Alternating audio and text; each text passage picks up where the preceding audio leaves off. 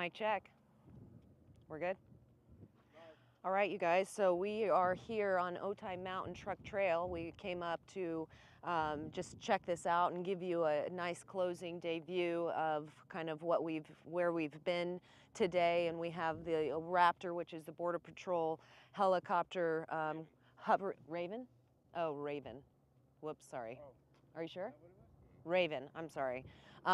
Right here behind us, it's been hovering, but they go and they look for the people that are trying to hide and not be caught by Border Patrol, and they do find them quite often.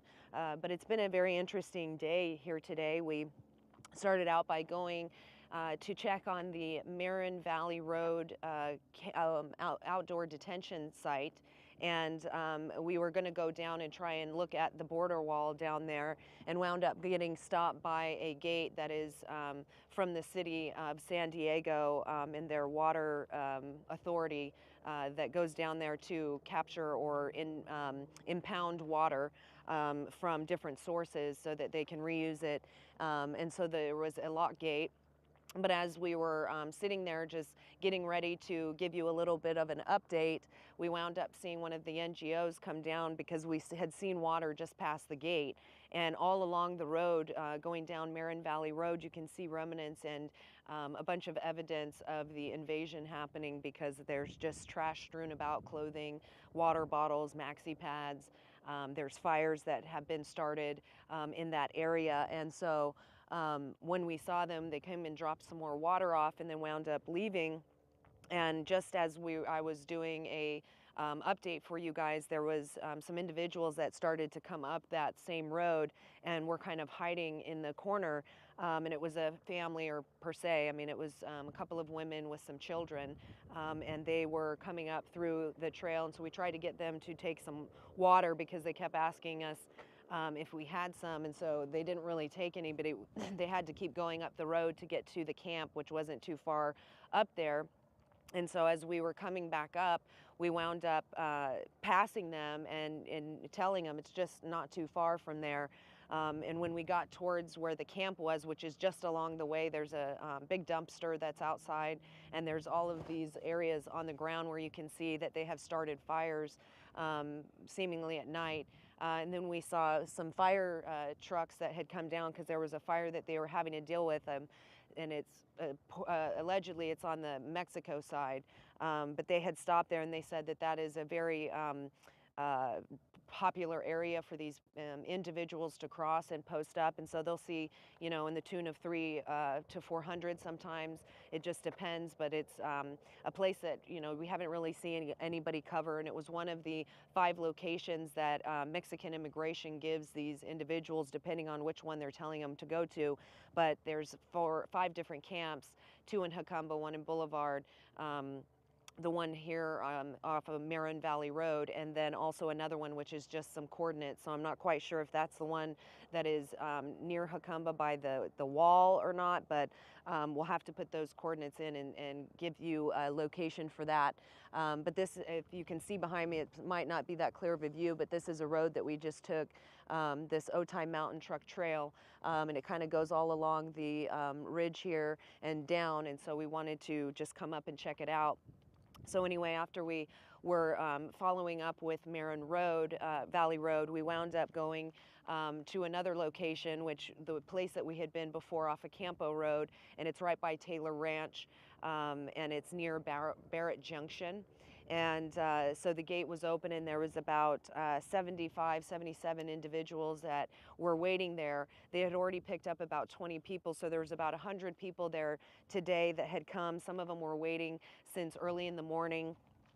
There was a lot of action going on there.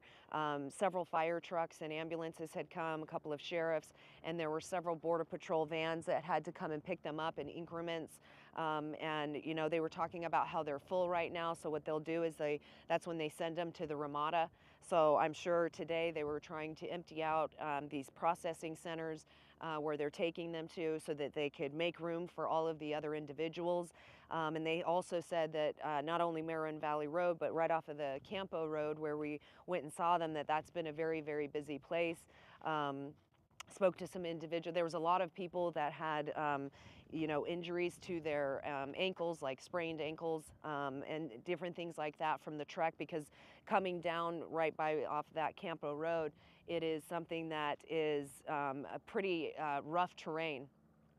And so with that, it is, seemingly one of the most treacherous treks to go, and we wanted to follow the road up, but there's many gates along the way that they have they shut because there's a lot of smugglers. They were saying that would try and go up there. In fact, we saw a taxi cab that came and was trying to go up that road, said he had coordinates for a pickup, which didn't really make sense and he said he never picks up illegals, but I mean, that's really, who are you going to pick up on that road? Who knows? But spoke to some individuals from Africa that spoke some pretty good English, and they were talking about, spending $15,000 to get here from Africa, and making quite a treacherous trek to get here. In fact, one of them had been sent back by Mexican immigration twice and taken on a bus for 3 days back down south, and then would make the trip back up only to go back and be sent back again. And then the third time he was able to make it through. They said that they were climbing over the wall where there were two uh, ladders that were attached to it so that they could get over. Most of the people did that, but there's also spots in the wall where there's no wall that they can just cross. But they are paying the cartel. So it was interesting because a lot of the time when you talk to these people, most of them have gone through Mexican immigration and are told to go to these camps. But these guys didn't go through Mexican immigration. They were using the cartel. So, they took a boat they paid like $600 to go on this janky boat, hoping that, it's going to get them where they need to go. Also, having the cartel bring them up to the wall or wherever the spot is for them to cross, and paying about $400. But they said they had no problem with having funds, that they have plenty of money, that their families are helping them. And they are, basically will have money when they get here. But one of the guys said that he didn't have any family, but he wanted to go to New York and stay in one of the shelters. Another guy said he's going to his cousin's house. His cousin doesn't even know he's coming. In fact, he just met him when he came out to Africa for the first time not too long ago, and he's been on the phone with him since, but he doesn't really know that he's going to be showing up. So that's pretty interesting. But they said that because I asked him, how are you able to get across? What are you doing that, how do you figure that out? And they said that people that have already done it, they make YouTube videos and different things on social media to show them the way in which to be able to come across. And so that's going through the cartels. So there's so much going on that helps these people, whether it is through the government or cartels or just individuals that have already crossed and are trying to give this information to the people so that they can come as well. And they were saying too that all the people along the way, because they were surprised when the NGO showed up again today that we had seen dropping off water off of Marin Valley, they came and were giving them water and electrolytes and giving first aid to the people who had injuries. And so they were surprised that they weren't charged for the water. They said they'd get, just one of those small little water bottles, and they'd be charging $10 and whatnot just all along the way. And I said, well, it's a big money-making type of operation. So any chance people can get to, have monetary gain off of this type of a machine, they will. And so, we wound up getting all of the firefighters and the ambulance guys and the sheriffs, and we were kind of stuck in the middle there, which was interesting. But it's nice because they enjoy that we're there. They want us to uncover this, and they think it's important to show what's going on, because even just some of the fire trucks and ambulances are from Hamul, and so when they're out here, they're not able to help the people in Hamul. They're going to have to wait for another fire truck and ambulance to come from another place, as close as possible. But it is, something where this is keeping them very busy. There's a lot of fires that they start. In fact, they were saying they did start some fires there today, but there's people being raped. People are being murdered because the Sinaloa cartel and other cartels that are fighting each other, because one's bringing them across and the other one is, not happy with the fact that they're doing that. Somebody got shot in the crossfire. One of these Africans, they are Arabic, and they were just talking about how they wanted to try and get his body home, and they weren't able to do that. So, not every time they come across, it's not as easy as it seems, and you have to really, have conversations with these people to understand that, and see what they went through. But just coming down that road near Campo, it's a pretty, I mean, that's when you can see people are struggling, and we're very tired. There was a 20-day-old baby that had come, and with them there was a little 10-year-old girl, which is why the ambulance had come. I guess she had been passing out. But it was crazy to see the 20-day-old infant just, having taken this trek. And it's, I'm not sure if, at what point did she have the baby? Did she leave after the baby? I mean, it's like 1 day old. I don't know, but it's crazy to think that you would bring an infant through this kind of treacherous, journey. And, it's like, is that your baby? Who knows? I mean, it's pretty crazy. And there was a lot of different Chinese individuals, different Arabic individuals, probably 5 different nationalities, and they would all, when they kind of see each other, they kind of group together. And the African guys were saying that they basically, when they see each other, they join together and help each other, whether it's with money or whatever, but they don't leave anybody behind. But the Chinese didn't really want to be filmed. They were, seemingly trying not to, like they were covering their faces. But it was an interesting time to see all of that just busyness. I mean, it was a big old traffic jam in this small area where they're having to pick up these people. And sometimes, when they have their SUV, they can only take 3 at a time. And so they'll take a bunch in these vans that look like, it's like a prison cell in there, basically. They're all caged in and locked into the cage. They weren't handcuffing them here, so it's interesting to see them doing that on the bus, which we caught last weekend when we were out off of Jewel Valley Road near Camp 177 in Boulevard. But it's a never a dull moment. So as soon as we were leaving there, they were just coming to bring 2 vans to pick up the rest of the 18 individuals that were left over. And when we were leaving, we thought, well, let's go back down towards Marin Valley Road to see if we can go past this gate, and it wound up being locked when we went there.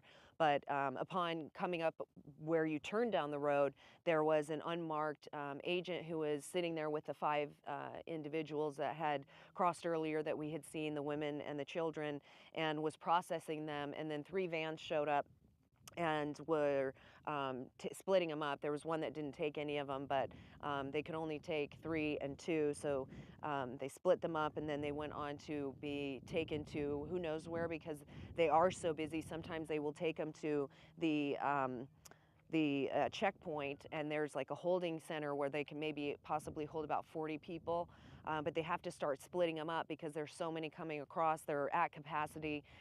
Again, that's probably why they would be releasing more to just go to the hotels and being dropped off at Iris, more so probably the hotels, so that they can, get them onto their destination. But it's nice to see that they appreciate when we're there and that we're uncovering it, because the mainstream media only tells a certain side, and I think it's important to show you guys what's really happening in a transparent manner, because it's pretty crazy. I mean, these people too, they'll be asking when Border Patrol will be coming, and I just constantly tell them that there's so many of you guys crossing that they don't have enough people to deal with you guys all at one time. So you're going to have to wait sometimes. And a lot of times when they are at capacity, that's why they'll be waiting in certain locations for such a long period of time, because they don't have anywhere to put them. So, I mean, it's pretty crazy to see that, and that there's going to just be more and more as the months go on until, who knows, November and beyond. But just with the way this is looking, it's, I don't know, it's just interesting, especially when this guy wants to go just stay in a shelter in New York. I don't understand that. And he didn't really want to work. I mean, but they have money. It's like, why would you? I don't know. But they kept saying that it's not safe in their country for younger people, and different things. So, I mean, they're kind of presenting that, but it's also like, if you have been told by people how to get here and what to say, then you would think that they'd have to have some kind of story like that. Because I thought I almost caught the guy in a lie when he was saying that he was going to see his cousin. Then he said he hadn't met him, but that he just met him a couple weeks ago. And I'm like, wait, what? But he's still saying that it's his cousin. It was the first time he met him, because he's always been here in the United States. So I don't know, but the fact that he didn't want to tell him that he's coming, he said he's been on the phone with him since he's been out here. I don't know, it's just interesting to hear them talk, especially when they want to talk. You never know what is really going on with that. But so we wanted to just kind of give you a follow-up up here. It's been, like I said, an interesting day. It's never a dull moment when we're uncovering the border machine. It's you're always finding little morsels and just more and more that can be shared. And so we'll continue to bring you lives as we uncover this. And thank you for joining us today. It's been eventful. And if you you can follow us on X. There's San Diego Live Data, which is 619 SDLD. And then there's also I'm Eye of the Storm, SD, and Luke Slywaker as well on X. And so please like, share, follow, continue to spread this out so that more people can see what's happening in San Diego. You know, again, like I said, I don't feel like, you know, the news is covering all the things that they could be. They'll give you little bits of information here and there, but I think it's important to kind of just show you the everything live so that you can see it in real time, and it's like you're kind of joining us along the journey. So I hope you enjoy the view. Not sure where the Raven went, but maybe they found some individuals that they need to keep an eye on. But we will be back possibly later, if not, again, very soon. So God bless you guys. Thank you for joining us.